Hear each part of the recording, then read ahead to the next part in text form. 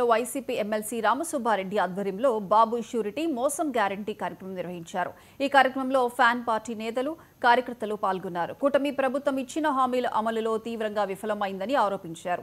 తల్లికి వందనం లబ్ధిదారులకు నగదు చేరలేదని అన్నారు. ప్రతి నెల మహిళలకు ఇస్తామన్న 1500 రూపాయల విషయంలో కూడా విఫలమైందని ఆరోపించారు. ఇక ఆచరణ సాధ్యం కాని హామీలను ఇచ్చి మాట మార్చడం కేవలం చంద్రబాబుకు మాత్రమే సాధ్యమవుతుందన్నారు రామసుబ్బారెడ్డి.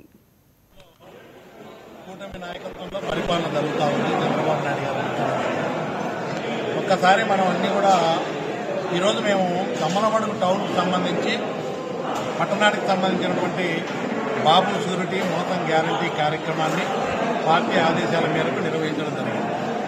ఈ కార్యక్రమం అంతా కూడా మేము చేసే కార్యక్రమం ప్రజల పక్షాన కూటమి ఏదైతే హామీలు ఇచ్చిందో ఆ రోజు చంద్రబాబు నాయుడు గారు కానీ పవన్ కళ్యాణ్ కానీ కూటమి నాయకులు అందరూ కూడా బీజేపీ అందరూ కూడా కలిసి ఎన్నికలు వచ్చినప్పుడు జగన్మోహన్ రెడ్డి గారు ఇచ్చే పథకాలన్నీ కూడా కొనసాగిస్తాం, అంతకంటే ఎక్కువ సూపర్ 6 పథకాలు కూడా అమలు చేస్తామని చెప్పి ఎన్నికల్లో హామీలు ఇవ్వడం జరిగింది. ఈరోజు మనం చూస్తే సూపర్ 6 హామీలు సంవత్సరం గడిచిపోయినా కూడా ఏ ఒక్క హామీ కూడా నెరవేర్చలేని పరిస్థితులలో పెద్ద ఎత్తున వెన్నుపోటు కార్యక్రమం కింద రాష్ట్ర వ్యాప్తంగా వైఎస్ఆర్సీపీ పార్టీ ప్రజల పక్షాన పెద్ద ఎత్తున పోరాటం చేయడం జరిగింది. ర్యాలీలు, ధర్నాలు చేసి ప్రభుత్వం మీద ఒత్తిడి తీసుకొచ్చే అమ్మఒడి కింద అంటే